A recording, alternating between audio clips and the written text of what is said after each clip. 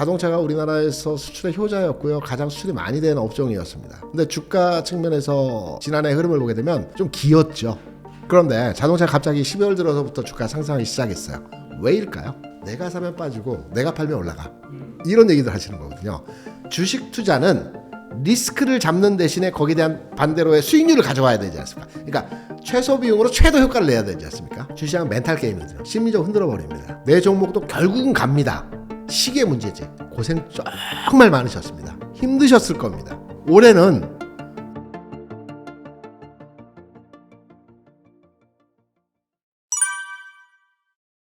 좋죠. 자동차 불과 한 2달 전까지만 해도 자동차 수출이 그렇게 잘 된다는데 주가 안 움직였었죠. 굉장히 답답했었죠.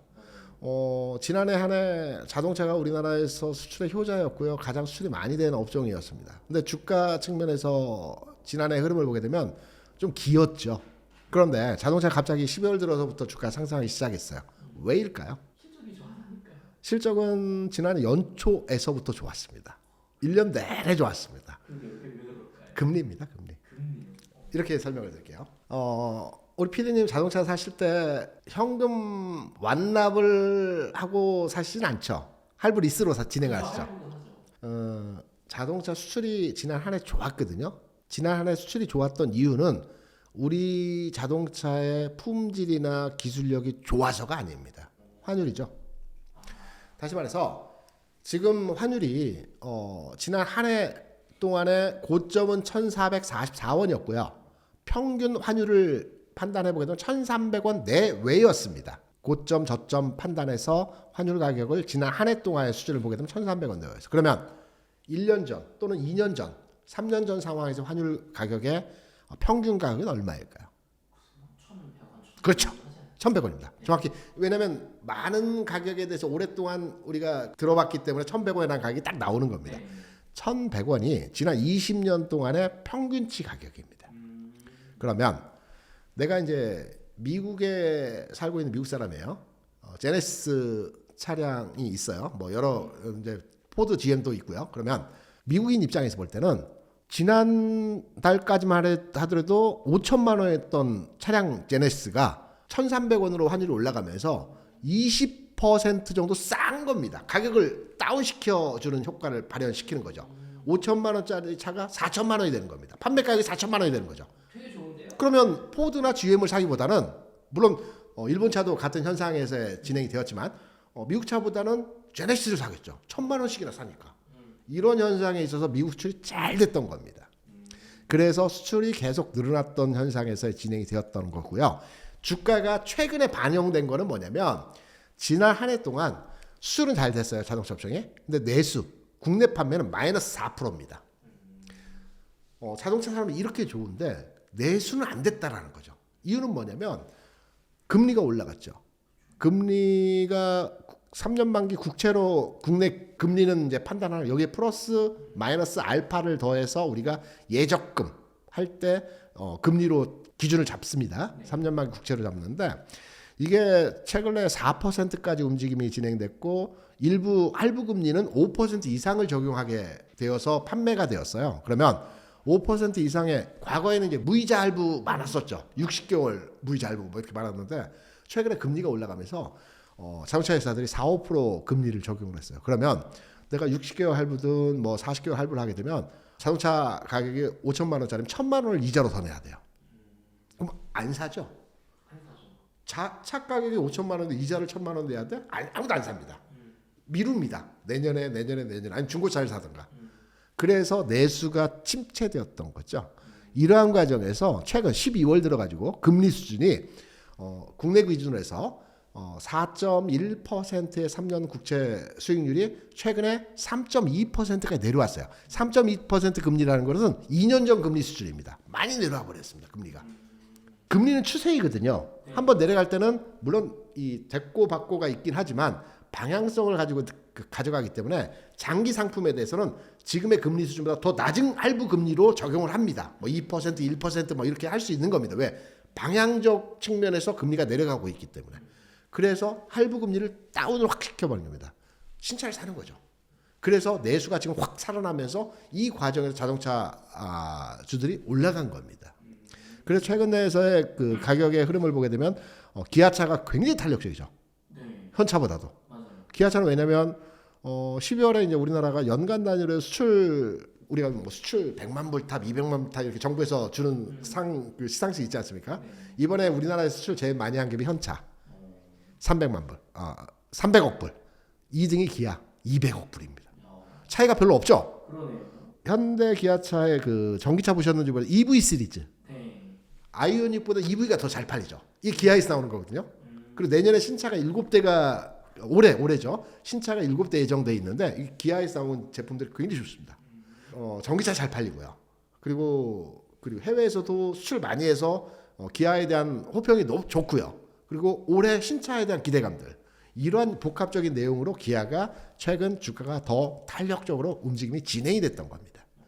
그래서 기아 자동차 업종에 대해서는 전반의 흐름 금리가 내려가는 과정에서 주가는 상승할 수 있는 어떤 그 분위기는 만들어졌습니다. 단 우리가 이제 주식을 투자할 때 막 올라가고 있을 때 진입을 할 건지 아니면 눌림목 과정이라고 하는 조정받을 때 진입을 할지에 대한 판단이 중요하죠. 지금 눌림목을 기다려야 됩니다. 왜냐하면 제가 이제 섹터별로의 그 종목에 대한 내용들을 이제 판단해서 이제 저는 주가 분석을 합니다. KRX 자동차 업종에 대한 섹터를 한번 제가 여러분께 말씀을 드리게 되면 이 자동차 업종입니다. 이게 이제 지난 그 12월 30일 말일장 기준으로 해서 요 그림을 만든 이제 내용입니다. 자동차 업종 같은 경우는 지금 보시게 되면 기존의 이 고점 라인을 돌파한 시점, 이 장대 양봉을 나왔던 시점이 진입 시점이죠. 그리고 정체된 흔들림의 과정이 대략적으로 한 5, 6일, 일주일 정도 만들어진 뒤에 다시 상승의 흐름이 진행된 상태에서의 흐름입니다. 이제 가격적으로 볼 때는 저항 구간에 다시 돌입했습니다. 우리가 대형주를 매매하실 때 대형주는 어느 날 주가가 강할 때 흐름을 따라가서 그날 주식을 사게 되면 물려버립니다. 왜냐하면 대형주는 강한 시세 분출을 한번 하고요. 3, 4일, 4, 5일 정도 옆으로 쉽니다. 위아래.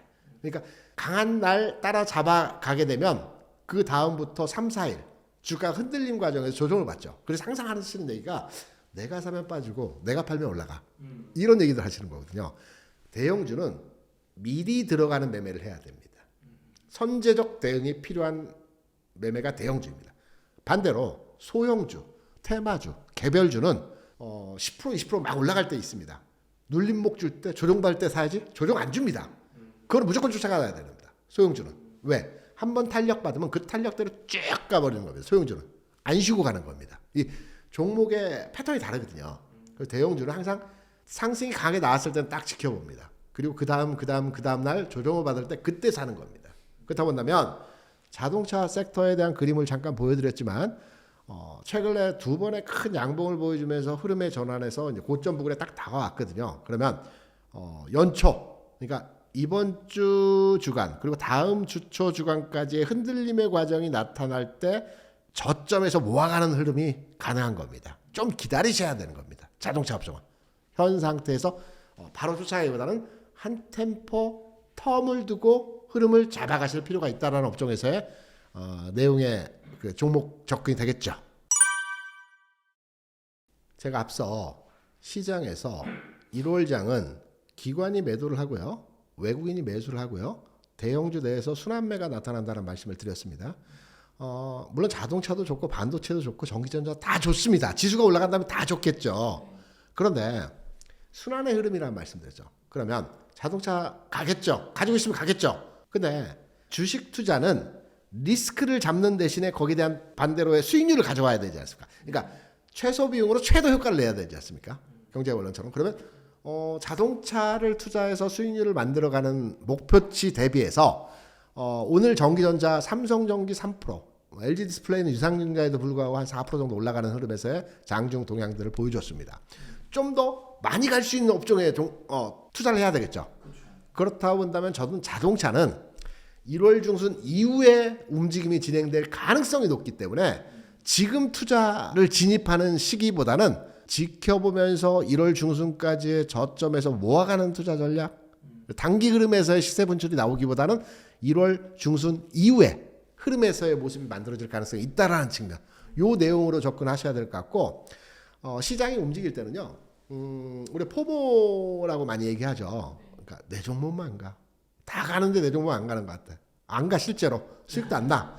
이런 얘기도 많이 하시는데 시장이 좋아질 때는 주시장 멘탈 게임이거든요. 심리적으로 흔들어 버립니다. 그런데 내 종목도 결국은 갑니다. 시기의 문제지. 요 패션을 어떻게 따라가냐의 그 문제이지. 그래서 저는 안 움직인 종목을 중심으로 해서 현 시점에서는 투자를 하는 게 맞다라는 측면에서 자동차에 대한 투자 관점으로는 적극적으로 권해드리진 않고요. 그냥 포트에 일정 부분이 있다라고 한다면 유지하고 보유하고 가져가실 때 추가로의 애드업은 아직은 아니다 라고 말씀드릴 수 있겠죠.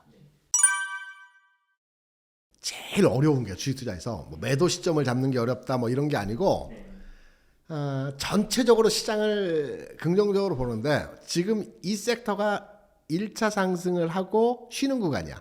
매도하고 다른 빠른 종목 갈아타고 요게 가장 어렵습니다. 요걸 잘해야 주식 투자에서 수익이 나거든요. 내가 시장에 능동적으로 대응이 가능해요. 그러니까 적극적으로 나는 시장을 보면서 실시간 대응도 가능하고 어느 정도 학습이 돼 있기 때문에 변동성의 흐름을 잘 잡아. 잘은 아니어도 잡을 수 있어.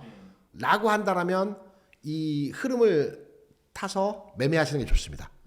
자동차주 매도, 움직이는 종목 매수, 그리고 다시 자동차로 오고. 이거 가능합니다. 그런데 난 직장 생활하고 또는 가정주부로서 가사의 업무를 하고 뭐 등등 하기 때문에 시세를 계속 볼 수 있는 건 아니고 잠깐 봐야 되는데 자동차주 팔고 다른 종목 사? 저는 이건 아니라고 봅니다. 그러니까 본인이 처한 위치에서의 상황에 따라서 조금 느려도 가져가시는 게 낫고요. 능동적으로 가능하다면 빠르게 대처하는 게 좋고요. 수익률 측면에서. 이런 매매 형태로 가져가셔야 되기 때문에 자동차주를 팔고 다른 섹터로 가져간다. 투자를 말씀드린 내용을 가져가시고요. 좀 빠르게 한다. 능동적 대응이 가능합니다. 네. 약간 복잡한데요. 완성차 업체들이 먼저 움직였습니다. 그리고 부품주 섹터를 보게 되면 부품주 내에서도 큰 부품주가 있고요. 현대위와 만도 같은 큰 부품주가 있고요. 화신이나 SL처럼 작은 부품주들이 있어요.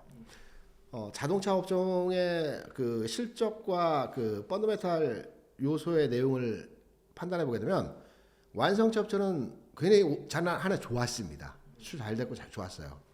그리고 부품, 큰 부품, 현대위아나 만도 같은 종목들, 그 완성체와 동일하게 흐름들 나쁘지 않았습니다. 반면 작은 부품 업체들 있지 않습니까? 주가 탄력은 최근에 좋았어요. 화신, SL 뭐 등등등 종목들.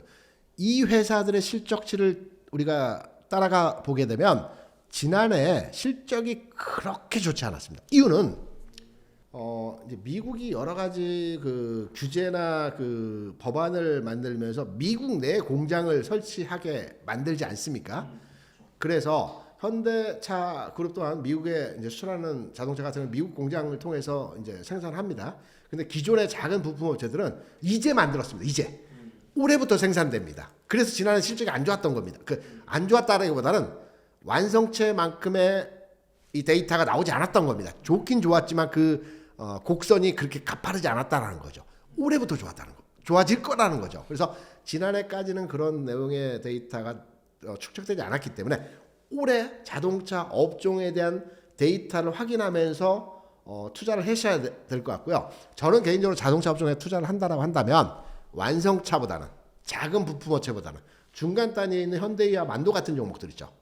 이 업종에 대한, 왜냐하면 이 업종에 있는 그 현대와 만도 같은 경우는 다양한 분야로 현재 재료 가치를 가져갈 수, 그 자율주행도 가져갈 수 있고요. 자율주행도 분명히 테마가 또 나올 겁니다. 그 자율주행 외에도 여러 가지 테마와 재료가 결부될 수 있는 상황입니다. 그래서 자동차주를 나는 투자해야 되겠다, 사고 싶다라고 한다면 앞에 자르고요, 뒤에 자르고요, 가운데 있는 좀 묵직한 부품주 딱 찍어서 현대와 만도 이 종목에 대한 투자는 가능하다. 나머지 종목들은 좀 전에 말씀드렸던 1월 중순 이후에 타점을 잡아야 되기 때문에 좀 더 쉬는 과정에서 흐름을 판단해야 될 것 같다. 이렇게 해석을 하고 있죠. 최근까지의 시장을 보게 되면 저 처음 봤습니다. 제가 주식시장에 97년 3월에 그 여의도 증권회사에 입사를 해서 22년 동안 증권회사 업무를 했고요.